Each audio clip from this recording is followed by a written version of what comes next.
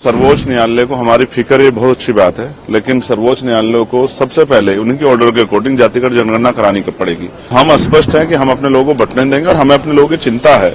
अगर कोई साजिश करके, कोई षड्यंत्र करके हमारे अधिकारों को लूटने काम किया, छीनने का, तो ये हम बर्दाश्त नहीं करेंगे। डाका नहीं बर्दाश्त करेंगे अपने हकों पे। बहुत जल्द जो है एक बड़ा जो है हम अपना इस संघर्ष का स्वरूप सरकार और सुप्रीम कोर्ट को दिखाएंगे। हम अब पीछे हटने वाले नहीं हैं। देखिए, मैंने जिस दिन ये ऑर्डर आया था उसी दिन अपना पक्ष रख दिया था।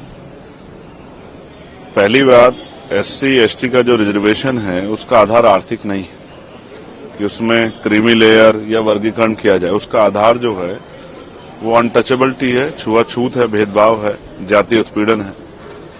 तो सर्वोच्च न्यायालय को हमारी फिक्र ये बहुत अच्छी बात है, लेकिन सर्वोच्च न्यायालय को सबसे पहले उन्हीं के ऑर्डर के अकॉर्डिंग जातिगत जनगणना करानी पड़ेगी। फिर उसके आंकड़े जुटाने पड़ेंगे, उसके आर्थिक आंकड़े भी जो है जारी करने पड़ेंगे, तभी वो सब चीजें कर सकती है। तो उनको करना पहले चाहिए। अगर वो दलित वर्गों के इतनी हितैषी हैं तो उनको सब सारा बैकलॉग भरवाना चाहिए और जातिगत जनगणना के ऑर्डर सरकार को देने चाहिए। अगर SC ST एकजुट रहेगा तभी अपनी लड़ाई लड़ पाएगा। हम तो लंबे समय से अभी जो है SGPG जो है वहां लखनऊ में और इलाहाबाद जो है यूनिवर्सिटी में जिस तरह से NFS करके हमारे लोगों को निकाला गया, ये स्पष्ट है। उन NFS को भरवाने के लिए सरकार ने क्या किया है, उन NFS को भरवाने के लिए सुप्रीम कोर्ट ने क्या किया है, तो वो कुछ नहीं किया है। हाँ, हमेशा कोशिश ये की गई है कि इनके जो लड़ने वाले लोग हैं उनकी ताकत कम किया जाए। अब SC ST बंटने वाले नहीं। आप ही देख लो इस फैसले का कितना समर्थन, कितना विरोध हो रहा है। तमाम लोगों में इसका विरोध है। तो हम स्पष्ट हैं कि हम अपने लोगों को बंटने देंगे और हमें अपने लोगों की चिंता है। इसलिए हमने स्वतः जो है 1.5 साल पहले मांग की थी कि जिन जातियों को अवसर नहीं मिला है उनको उनका आरक्षण बढ़ा के 15% शेड्यूल कास्ट को मिलता है और 5% बढ़ा के उन बाकी जातियों का आरक्षण देने की व्यवस्था सरकार करे। ये 1.5 साल पहले हमने लखनऊ PC करके कहा था और दिल्ली में भी।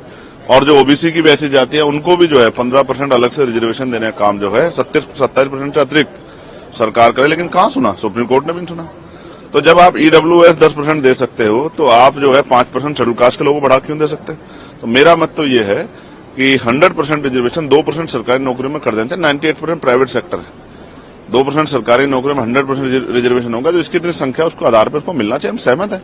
हमारे भाइयों को कुछ मिलेगा तो हम तो आगे बढ़कर उनका स्वागत करेंगे। लेकिन अगर कोई साजिश करके, कोई षड्यंत्र करके हमारे अधिकारों को लूटने काम किया, छीनने का, तो ये हम बर्दाश्त नहीं करेंगे। डाका नहीं बर्दाश्त करेंगे अपने हकों पे। इसके लिए चाहे सरकार से जो है अध्यादेश लाने की बात हो, चाहे सुप्रीम कोर्ट में जो है रिपिटिशन दाखिल करने की बात हो, या मैं आज सारे मेंबर ऑफ पार्लियामेंट जो शेड्यूल कास्ट और ट्राइब के हैं या जो सामाजिक न्याय को मानते हैं उन सबसे चर्चा करूंगा।